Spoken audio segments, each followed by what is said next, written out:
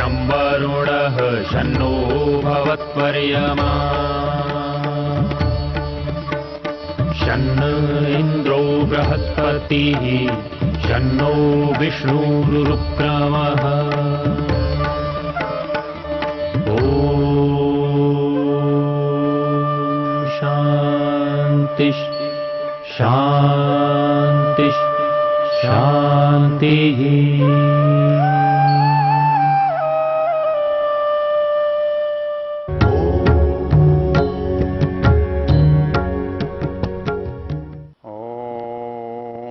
प्रतीचीनि मामहनीष्व पर्णमिवादधु प्रतीचीं जग्रभावाचम् अश्वं रशनया यथा। ओम शांति शांति शांति। हम इस ज्ञान गंगा में वेद ज्ञान की चर्चा कर रहे हैं और ये ऋग्वेद के दशम मंडल का 18वां सूक्त है और उसका ये अंतिम 14वां मंत्र है। इसका ऋषि यामायनः और इसका देवता पितृमेधः। ये संपूर्ण सूक्त जो है मृत्यु और जीवन की चर्चा वाला है। हमारा ये व्यक्तिगत जीवन का अंत, हमारा व्यक्तिगत जीवन में सामाजिक हमारी परिस्थिति, पारिवारिक परिस्थिति और हमारे समस्त जीवन का जो अंतिम उद्देश्य है उसकी यहाँ पर चर्चा है। क्योंकि हमारी हर छोटी यात्रा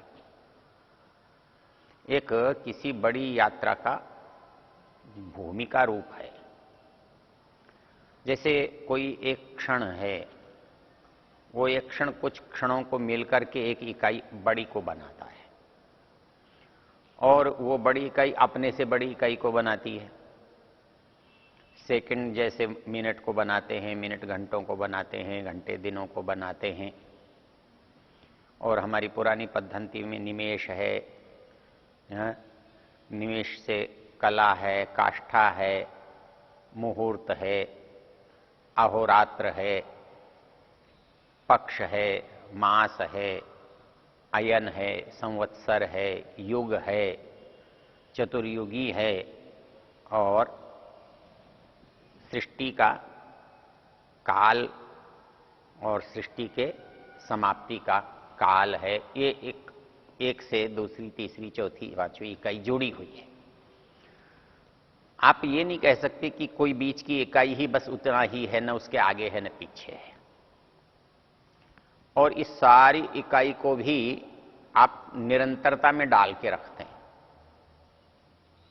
हर इकाई जैसे अपने में पूरी होती है, फिर वही उसी क्रम में दोबारा चलती है। क्षण, एक क्षण के बाद दोबारा दूसरे क्षण के बाद तीसरा, चौथे, उसी तरह से एक मिनट, फिर मिनट, फिर मिनट, फिर मिनट, फिर वो सारे मिनट मिलके तब घंटे, फिर घंटे, फिर घंटे, फिर घंटे, फिर दिन, फिर दिन, फिर मास, फिर मास, फिर वर्ष, शताब्दी, सहस्रों वर्ष, युग। लेकिन वहां जाकर बात फिर भी समाप्त नहीं होगी। फिर वो सब युग मिलके एक सृष्टि का काल, और वो फिर सृष्टि का क्रम आगे चलता रहता है। तो हमारे यहाँ छोटे से छोटे निमेष से लेकर के सृष्टि की अवधि तक सब कुछ गतिशील है और उसका एक विभाग है। तो यहां पर जो चर्चा की है मृत्यु की, वो अंतिम स्थिति, अर्थात ये सारे जीवन जिसके लिए है, क्योंकि ये जीवन तो बहुत है। ये जीवन कितने हैं इसकी चर्चा एक जगह निरुक्त में आती है। यास्क ने कुछ श्लोक उद्धृत किए हैं। मृतश्चाहम पुनर्जातः जातश्चाहम पुनर्मृतः नाना योनि सहस्राणि मयोषितानि यानि वै आहारा विविधा भुक्ता पीता नाना विधास्तनाः मातरो विविधा दृष्टा पितर सुहृदस्तथा अवाङ्मुखः पीड्यमानो जन्तुश्चैव समन्वितः सांख्यम योगम समभ्यस्येत् पुरुषम वा पंचविंशकम। इसमें एक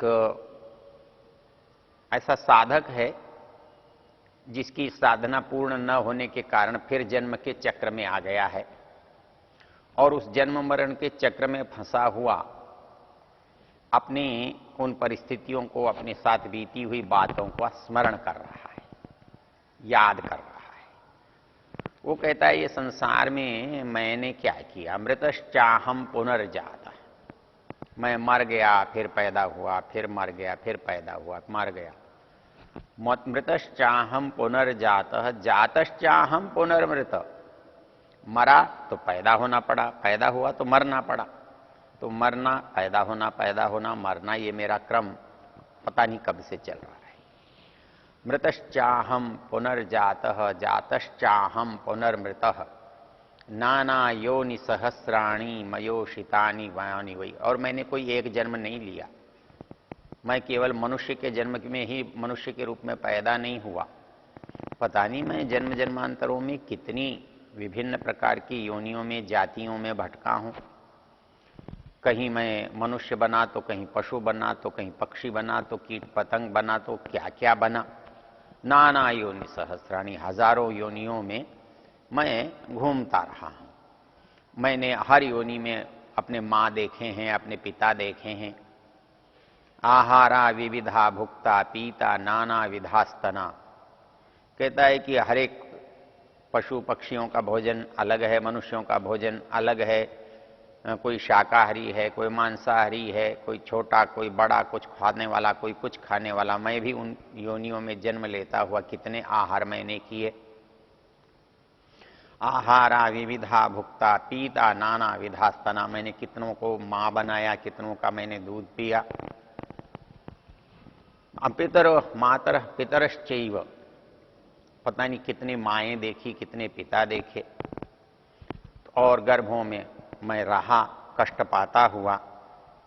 और वो जो मेरा अभ्यास जो इससे मुझे छुटकारा दिला सकता है, वो मुझे अब तक नहीं मिला है, उसको मुझे करना है।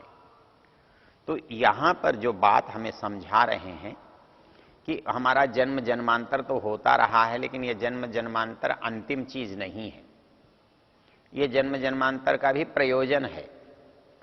ये प्रयोजन जब तक पूरा नहीं होगा तब तक यात्रा चलती रहती है।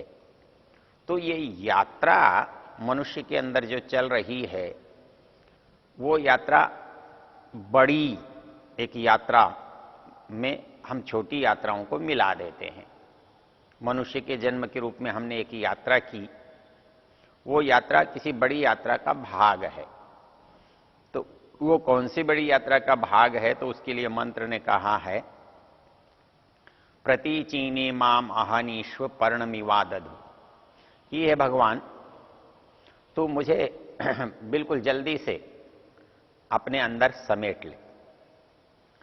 जैसे कोई बाण चलाने वाला अपने लक्ष्य को पा लेना चाहता है, जितनी शीघ्रता से लक्ष्य तक अपने बाण को भेजना चाहता है, वैसे ही मेरे जीवन का जो लक्ष्य है वो तुझे प्राप्त करना है, तुझ तक पहुंचना है।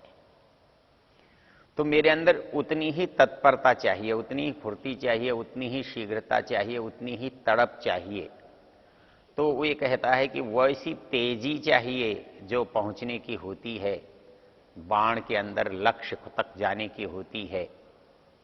तो वो मेरे अंदर आए, मुझे प्राप्त हो, और वो मैं प्राप्त करने का उपाय मुझे मालूम है, जिसकी हमने चर्चा की पिछले संदर्भ में। प्रतीचीने माम अहनीश्वाह पर्णमिवादधु प्रतीचीम जग्रभा वाचम अश्वम रशनयाय था। कहता है कि आप किसी से कुछ पाना चाहते हो तो उसे अपने अनुकूल बनाना पड़ता है, अपने को उसके अनुकूल बनना पड़ता है। यदि हमारे अंदर अनुकूल होगा, अनुकूलता होगी, तो हम उसको, उससे जो प्राप्त करना चाहते हैं वो प्राप्त हो सकता है। तो ये कहता है यहां भी आप किसी पशु को, पक्षी को अपने अनुकूल बनाना चाहते हैं तो आप उसके लिए उचित जब भोजन देते हैं, घास देते हैं, कोई उसकी सामग्री देते हैं, तो वो आपकी ओर आकर्षित होता है। कहता है कि आप घोड़े को बहुत अच्छी तरह से घास खिलाते हैं, घोड़ा आपकी ओर आकर्षित होता है, घोड़ा आपका हो जाता है, आपके पास रहता है। तो कहता है कि जैसे ये अपने निकट आने के लिए हमको साधन करना पड़ता है, तो परमेश्वर के पास आने के लिए क्या करना पड़ता है? तो इसमें कुछ नया तो करना नहीं पड़ता। सबसे पहली बात तो ये है कि हमको ये पता करना पड़ता है कि हमें जाना कहाँ है, किसके पास जाना है। तो जो किसके पास जाना है, कहाँ जाना है, इसकी जो बात है कि कहाँ जाना है, ये इसको हम स्तुति कहते हैं। अर्थात हमें कहाँ जाना है, जिसके पास जाना है उसको हम यदि जानते हैं, उसके बारे में हम सोचते हैं, उसके बारे में चर्चा करते हैं, तो वो उसकी करते हैं जिसके पास हमें जाना है।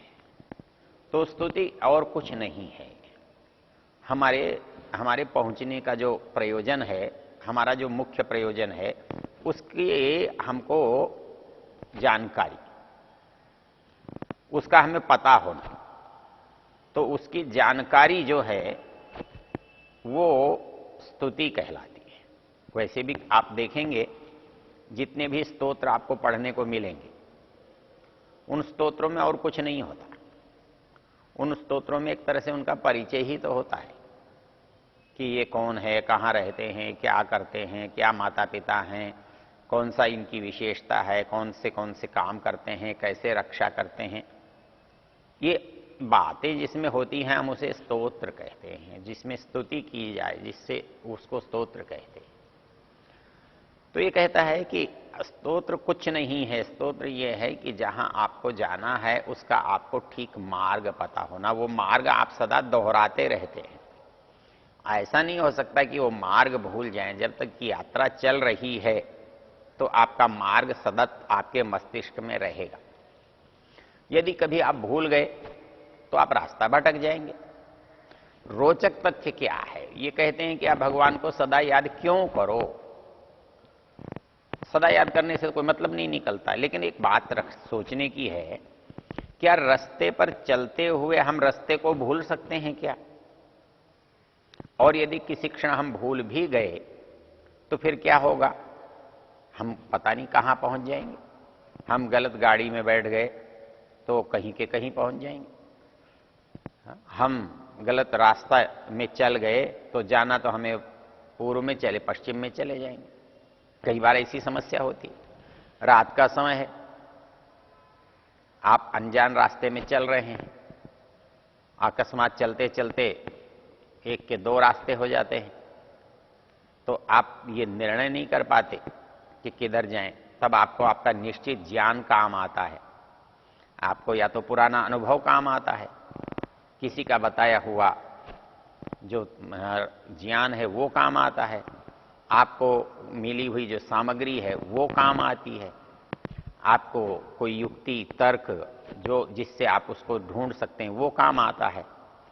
तो परमेश्वर की स्तुति करना तो हम ये समझते हैं जैसे कोई ये काम है और ये उसके लिए किया जा रहा है। वास्तव में ऐसा नहीं है। ये कहीं जाने के लिए, पहुंचने के लिए, जहां पहुंचना है उस पहुंचने की स्थिति को स्मरण रखा जा रहा है। मैं किसी गांव के लिए जब यात्रा करता हूं तो रास्ते में आने वाले सब गांवों का मुझे पता होता है, और आने पर मैं ये समझता हूं अब मैं इतना आ गया, अब मैं इतना आ गया, अब मैं इतना आ गया, इतनी दूर और शेष रह गया। तो ये कह रहा है कि मेरी स्तुतियां यदि अच्छी हैं तो वो मुझे जल्दी मिलता है। तो वही स्थिति यहां पर है। मेरी जानकारी अच्छी है तो मैं जल्दी पहुंचता हूं। एक आदमी लंबे रास्ते से जाता है, लेकिन एक आदमी बहुत बार आया हुआ है तो उसे एक अच्छा रास्ता मालूम है, छोटा रास्ता मालूम है, वो उससे चला जाता है। तो ये जो ज्ञान है ये मुझे अपने मार्ग को सरल बनाने में सहायता देता है, सरल बना देता है। इसलिए यहां पर जो उपमा दी है कि प्रतीचीम जग्रभावाचम अश्वम रशनयाय, मैं जितना अच्छी तरह से जानूंगा उतनी अच्छी तरह से पहुंचूंगा। मैं उतनी अच्छी तरह से पहुंचूंगा। यहां कहा है कि वो मुझे जल्दी से प्राप्त हो जाएगा। वो तो सब जगह प्राप्त है, वो मेरे हृदय में भी है, वो संसार की वस्तुओं में भी है, अंदर भी है, बाहर भी है, वो सर्वव्यापक है। तो उस सर्वव्यापक से मैं ये सोचूं कि वो मुझे बुलाएगा, वो मुझे नहीं बुलाएगा, मैं तो बुलाया हुआ हूं, वो आया हुआ है। अंतर केवल इतना है कि मुझे उससे पहचानना है, और ये पहचानने की यात्रा ही वास्तव की यात्रा है। और इस पहचान को करना, याद रखना, दोहराना, ये स्तुति है। तो इस स्तुति को जितना आप याद रखेंगे, करेंगे, आपकी यात्रा उतनी सरल सहज होगी। तो इसलिए ये कहते हैं कि परमेश्वर स्तुति बहुत पसंद करता है। एक कहने का तरीका है, पर स्तुति पसंद करता है। तो पसंद करता है तो जिसको पसंद करता है उसको अपने पास बुला लेता है, अपने पास रखता है। तो वो मुझे बुलाता है या मैं उसको चाहता हूं, उसके पास जाता हूं, ये एक बड़े सापेक्ष शब्द हैं। मैं जब उसकी ओर से बोलता हूं तो कहता हूं वह मुझे बुलाता है, और जब मैं अपने को कर्ता के रूप में देखता हूं तो कहता हूं मुझे जल्दी प्राप्त होता है। तो मुझे जल्दी प्राप्त होता है तब मैं कैसे उसका वर्णन करता हूं, और वो मुझे बुलाता है तब उसको मैं कैसे वर्णन करता हूं। इतना सा अंतर इन मंत्रों की शब्दावली में है। तो इस शब्दावली में कहा है कि वो मुझे जितनी अधिक मैं स्तुति करूंगा, और अधिक स्तुति करने से अधिक क्या होगा, उसके अधिक मेरी यात्रा होगी, पहुंच होगी, जानने की, मेरी जानकारी की बढ़ोतरी होगी। तो इसलिए मैं उस यात्रा को जानता हूं, ये मेरी स्तुति है। उस यात्रा पर मैं चलता हूं, ये मेरी प्रार्थना है। मैं अपने प्रयोजन को प्राप्त होता हूं, पहुंचता हूं, ये मेरी उपासना है। उपासना केवल हाथ जोड़कर खड़े होने का नाम नहीं है, प्रार्थना केवल हाथ जोड़ देने का नाम नहीं है। मैं जब स्तुति कर रहा हूं तो मैं उसे जान रहा हूं, जब मैं प्रार्थना कर रहा हूं तो मैं उसे पाने का प्रयत्न कर रहा हूं, मैं उसके लिए याद जा रहा हूं, यात्रा कर रहा हूं। प्रार्थना मेरी क्रिया है, गति है, उसके अनुकूल को बनाने वाला काम है। इसलिए मैं प्रार्थना जब करता हूं तो केवल खड़े होकर वहीं नहीं रुक जाता हूं, बल्कि जिस प्रकार से, जिस पद्धति से, जिस रास्ते से, जिस तरह से चल करके उसे प्राप्त करना है, तो वो जो प्रार्थना है वो उसको प्राप्ति की क्रिया है। और उपासना क्या है? उपासना प्रयोजन तक, जिसको प्राप्त करना है वहां तक पहुंच जाना है। तो मैं वहां तक पहुंच जाता हूं। इसलिए इस मंत्र में कहा है कि परमेश्वर प्रतीचीम जग्रभावाचम अश्वम रशनया यथा, मैं उसको अपनी स्तुतियों से वैसे ही अनुकूल बना सकता हूं जैसे किसी अश्व को, किसी प्राणी को उसके भोजन से मैं उसको अनुकूल बना सकता हूं।